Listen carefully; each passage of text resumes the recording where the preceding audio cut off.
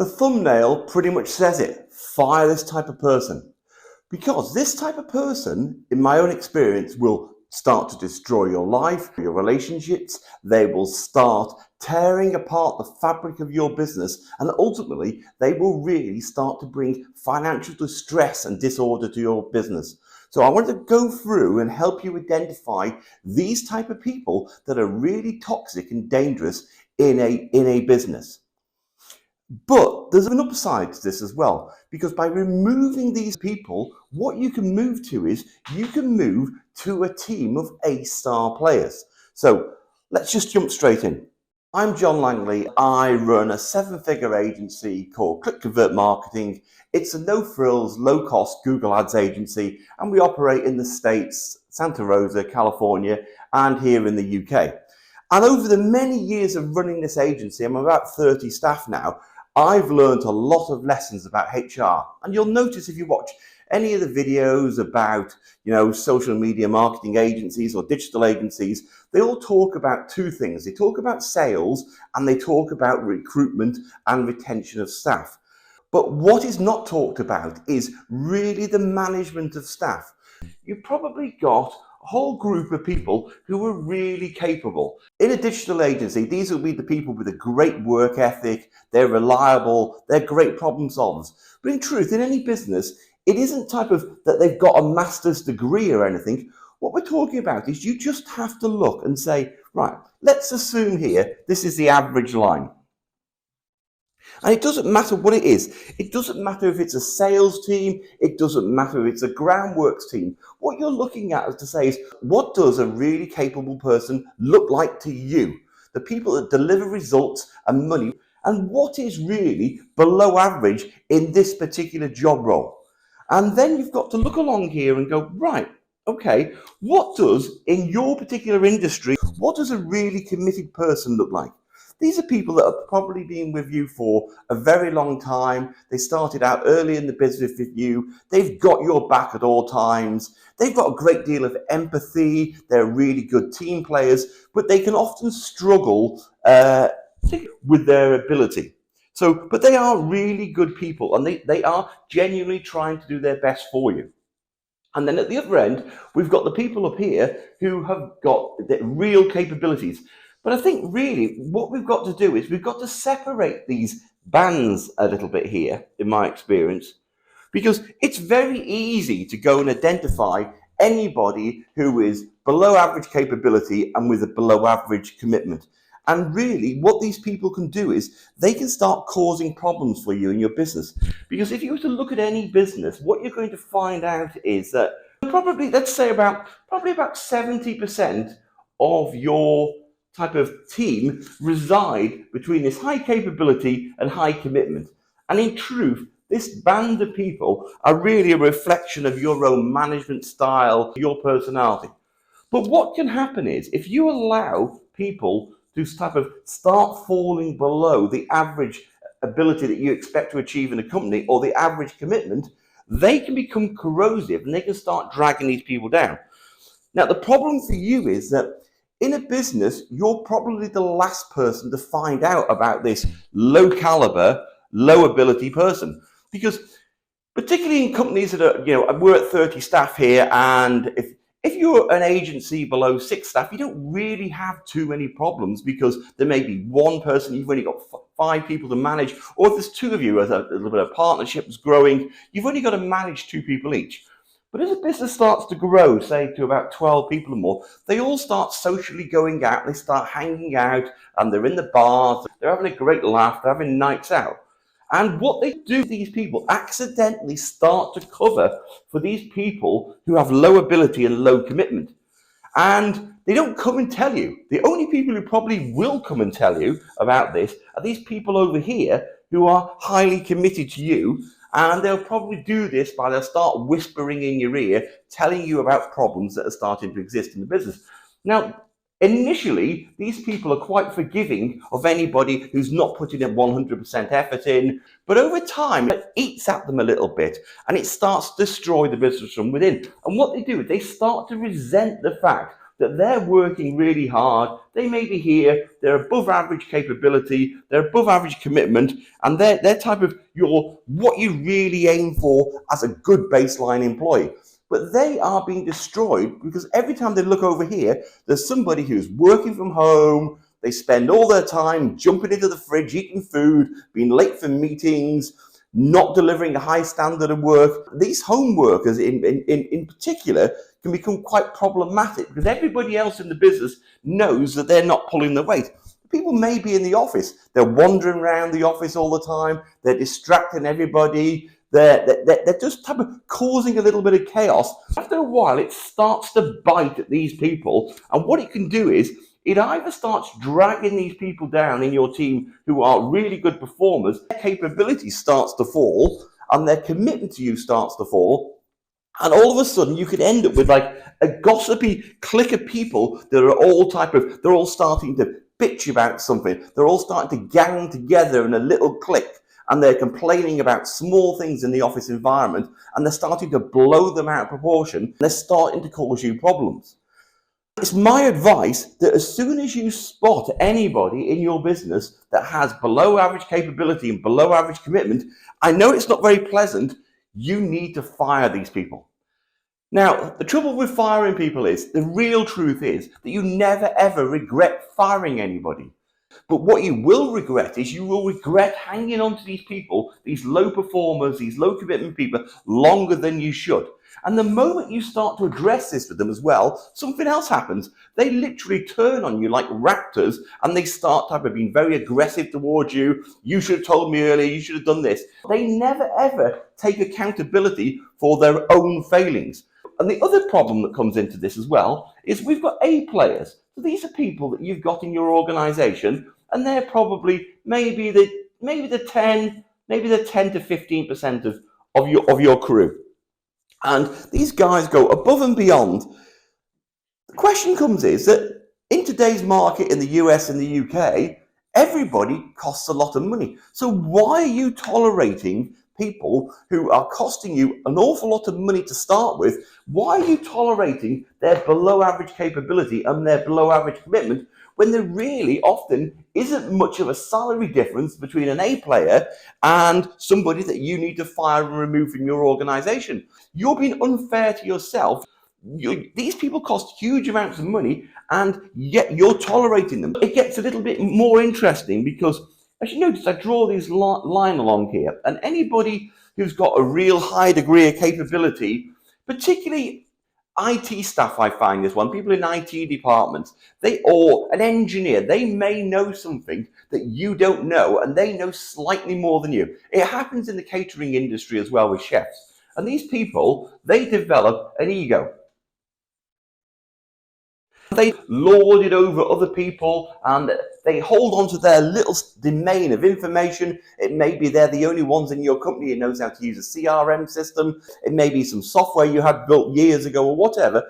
But these people develop a bit of an ego. Now, what you really want to do is, if they are genuinely capable and they're just not pulling the wool over your eyes by making out them more talented than they are, often when you start looking at them and you start challenging them, you do find out that their technical capability is a lot lower than you think. And really, they exist in the fire zone. They built themselves a little fort that they can hide in away from you and put this wall up, and they've got this technical expertise.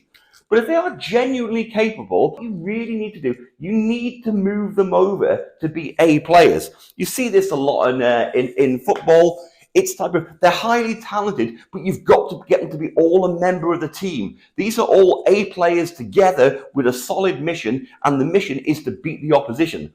And you've got your mission statement, you've got where you're going, but you've got to take these people on board with you. You've got to show that you do genuinely appreciate their technical ability and what they can do for your business.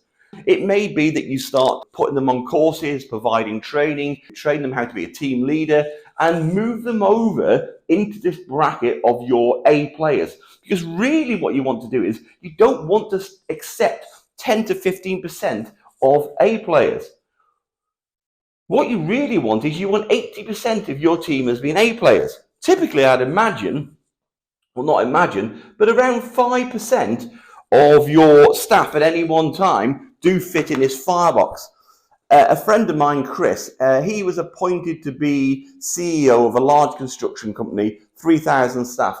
And his HR president came over to him and said, hey, do you realize at any one time in this business of 3,000 employees, 5% of them are actually doing something illegal, something criminal, something against our rules and regulations. They're proactively working against your company. It's amazing to think that 5% of any organization's staff are proactively working against the organization. And it's vital that you weed these people out and you get rid of them. But over here, we've got people who've been with you for a long time. They're really committed. However, they are struggling with capability. And what you need to do is you need to move these people up. You need to provide training. You need to provide mentoring. Maybe they have to go on courses, but you need to move their type of ability up. The problem can be is that as you try to move some of your most committed people up in their ability and skill level, they can become a little bit stressed and they can become frustrated because they're not able to get to where you need them to be, which is just the average position. And that you can get a little bit of pushback from them, particularly with sales staff. They'll start saying, oh, we've done all this before. I did that when I worked somewhere else. What you suddenly find out is that they were sitting in this nice little area over here happily, and they were being your friends. They were always there. They were always on your side when you had an idea. Brilliant. But really, when you start to kind of push them a little bit and move their capabilities up, you'll find out that they're not quite as committed as you thought they are. And you'll actually find out that their commitment isn't what you thought it was, and it sits in this below average level of commitment. It particularly happens if if members of your team have unfortunately experienced a relationship breakup, they found a new partner. That's when it gets really tricky, because all of a sudden this type of commitment that you believe they had to the company suddenly goes out the window, and everything's about their new partner now. And you'll find out that their attendance starts to fall. There becomes issues with maybe childcare and a whole range of other issues, and you suddenly realize that they aren't actually as committed as you thought. They unfortunately fall into the fireground. The other thing is, when we look at this group, it comes back to they really don't have much ability and they struggle a lot of the time. Now, this ability, as I've said, isn't that they're a rocket scientist, it's just the ability required for their particular role.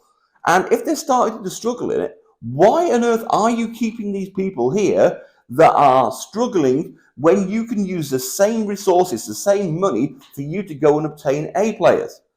I mean, sometimes it seems that, particularly in the advertising industry, that you can just go out and obtain A players. What we've found out on numerous times is that when we bring in A players from other agencies, they come with a big ego. They've won the job with us. They're really keen to get going.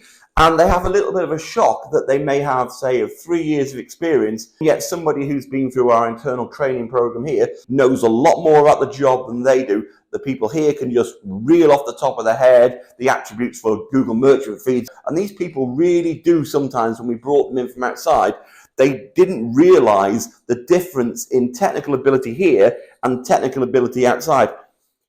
In particular, I mean, we're talking about agencies here. Lots of agencies run on the approach whereby you're assigned a set of clients and you run everything for them. You run Google Ads, you run merchant centers, email marketing, Bing, Facebook, social, Instagram, and their skill set is spread out among too many platforms and they don't really have any depth of knowledge. We type of run a different approach here where we have specialists in each areas. It does become a little problematic when they come in here. They're expecting to be brilliant and they're a bit shocked to find out that all of a sudden their ability isn't as good. That can start to cause problems as well. The other problem is that as soon as they start to find that out, their commitment is, we're in this type of grey zone here of commitment issues. The other one can be with, if you do home workers and you send, they want to go home, they want to be working from home, they need it to do with childcare. You may start finding out that once they're home, their commitment to you really does start to suffer. So let's quickly summarize where we are. I think we're all clear that anybody that has below average capability and below average commitment is in this zone that needs to be considered to be moved on and out of the business. Our next area that might confuse you a little bit that I've briefly talked on is we're saying that anybody here that is in the low 25% band of commitment, but they're highly technically capable, they need to be considered equally, because I've learned in my experiences, even though these people have high technical ability, why are you going to invest in these people moving forward? Because it's expensive to do so when they have very little commitment to the business. If you provide any more investment in these people that have a high technical ability but a bit of an ego, but they're not willing to commit to the company, the moment you invest in this group of low commitment people, they're going to immediately move on from your business. Anybody who has got low levels of commitment, this column here is in the firing line. The same again goes over here. If we've got people that have been with the company for a long time, there is an argument that they're highly committed, but there's also an argument that really you haven't proactively managed them. So anybody here that's been here for a long time in the business, but has low levels of capability, and despite you trying to improve their capabilities, they remain low on their capability level. Why are we investing into these people who continuously can't deliver a high level of service, and we can't get them out of the bottom 25% of capability, whereby we can redeploy that money and get our people who are even in the middle area here, are above average on commitment and above average on ability, and we can probably move these people up into the A-rated players. So I hope you understand that anybody here who is in the column here of low commitment or low capability, they belong with the guys on the fire, and if you can't manage them to improve their capability, they need to be managed out of the business and fired. If you're in a position where you are proactively moving people out of the company and seeking better and better talent all the time, your existing team, instead of being corrupted by the toxic people that you've got in your bottom firebox, they start moving more towards the A players. So everybody starts up in their game. The people who are genuinely committed, they can see the writings on the wall. They start upping their game. They may never get totally to average, but if they get very close to it, you've helped move everybody up. You've moved the average from there to probably you moved the average to here in your business, and that's only got to have one effect.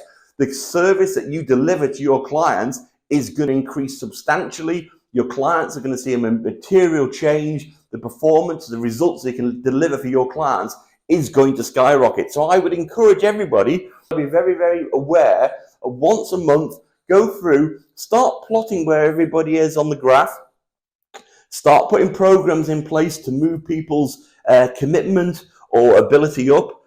And as the months go by, start seeing if these people are moving in the right directions.